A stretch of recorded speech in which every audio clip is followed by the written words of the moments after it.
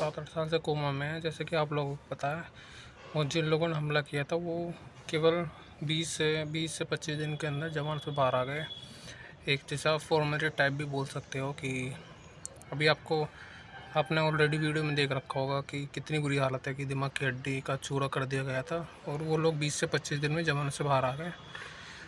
तो आप देख सकते हैं, और ये सारी जो मैं कहानी बता रहा हूँ ये कोई काल्पनिक कहानी नहीं है, एक सत्य कहानी है जो कि हम पे बीती है। मैं वही आपको बता रहा हूँ।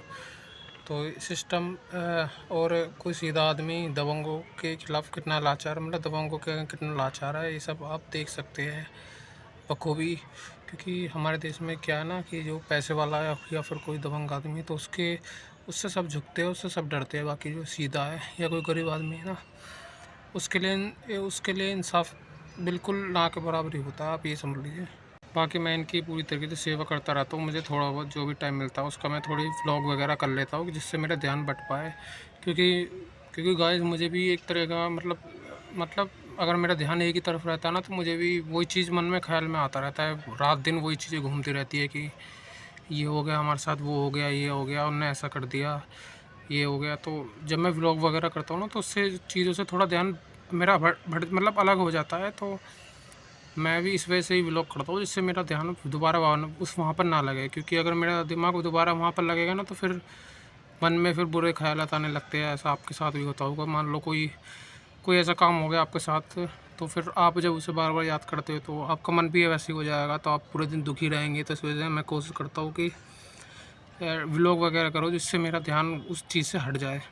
तो इस वजह से मैं कोशिश करता हूँ कि अपना ध्यान कहीं और लगाऊँ, लेकिन हो नहीं पाता। कोशिश कर रहा हूँ मैं धीरे धीरे, लेकिन फिर भी कहीं ना कहीं रात को या सोते हुए ना मेरा दिमाग फिर दोबारा से वही चीज़ कैप्चर करने लगता है।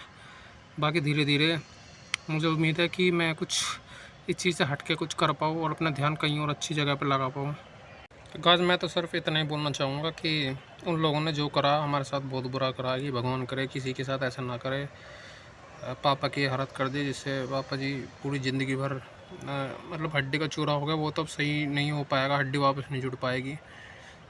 तो अभी फिर उसके बाद घर छोड़ने को हमें मजबूर कर दिया, इतना मजबूर कर दिया कि हमें वहाँ घर छोड़ना पड़ा, बेचना पड़ा आधे से भी अधिक कम कीमत पे।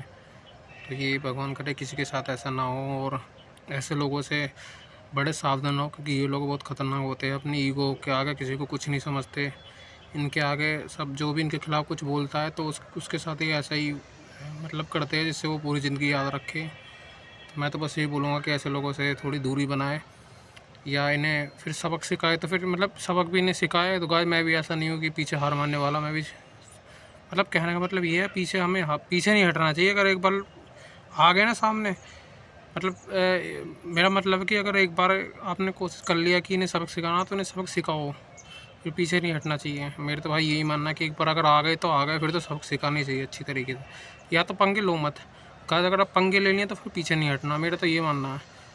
बाकी मैं जो भी जर्नी कर रहा हूँ मैं ये कंटिन्यू रखूँगा, और मैं कोशिश करूँगा कि इसका परिणाम मतलब ये जो भी मैं कर रहा हूँ मतलब हेल्थ में सुधार हो और लोगों का सपोर्ट मिले, और जिससे किसी बेचारे के साथ ऐसा ना हो। मैं इस वजह से ये जर्नी कंटिन्यू कर रहा हूँ, और मैं चाहता हूँ कि सब लोगों तक ये बात पहुँचे कि किसी के साथ कितना बुरा कर सकते हैं ये दबंग लोग।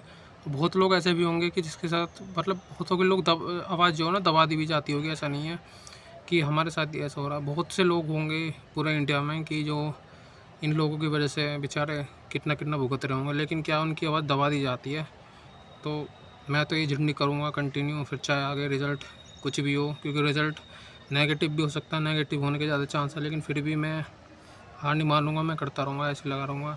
तो गाइस मेरी भी आप लोगों से रिक्वेस्ट है कि आप लोग प्लीज़ ऐसा सपोर्ट करिए, और जो भी मैं ये बता रहा हूँ ना ये मतलब इसमें आपको भी कहीं ना कहीं जागरूकता मिलेगी कि आप कैसे इन सब चीज़ों से डील करें और किसी के साथ ऐसा ना हो। तो प्लीज़ आप लोग ऐसे सपोर्ट करते रहिए, हमारी थोड़ी हेल्प हो जाएगी अगर आप लोग सपोर्ट करेंगे तो। क्योंकि उन लोगों ने तो जो ऐसा किया वो किया। अभी हमें दुनिया में क्योंकि बुरे लोग ज़्यादा, अच्छे लोग हैं, अच्छे लोग मैं मना नहीं कर रहा हूँ, लेकिन अच्छे लोग ना बहुत कम लोग होते हैं। तो जो अच्छे लोग होते हैं वही ऐसी चीज़ों को सपोर्ट करते हैं। बाकी जो बुरे लोग हैं वो तो एग्ज़ाम्पल है ही कि समाज में कितने बुरे लोग हैं, उनमें से केवल कुछ ही % लोग अच्छे होते हैं। ऐसा नहीं है कि सभी बुरे हैं और ऐसा भी नहीं है कि सभी अच्छे हैं। तो ये दुनिया बस अच्छे लोगों के कारण ही चल रही है। तो प्लीज़ आप लोग सपोर्ट करते रहिए हमें, जिससे मुझे थोड़ा मुझे आगे करने का मौका दीजिए प्लीज़। मैं ऐसे ही आगे बढ़ता रहूँ, जिस तरह से मैं बढ़ रहा हूँ ऐसे मैं आगे बढ़ता रहूँ और आप लोगों को जागरूक करता रहूँ। तो प्लीज़ आप लोग ऐसे ही मुझे सपोर्ट करते रहिए।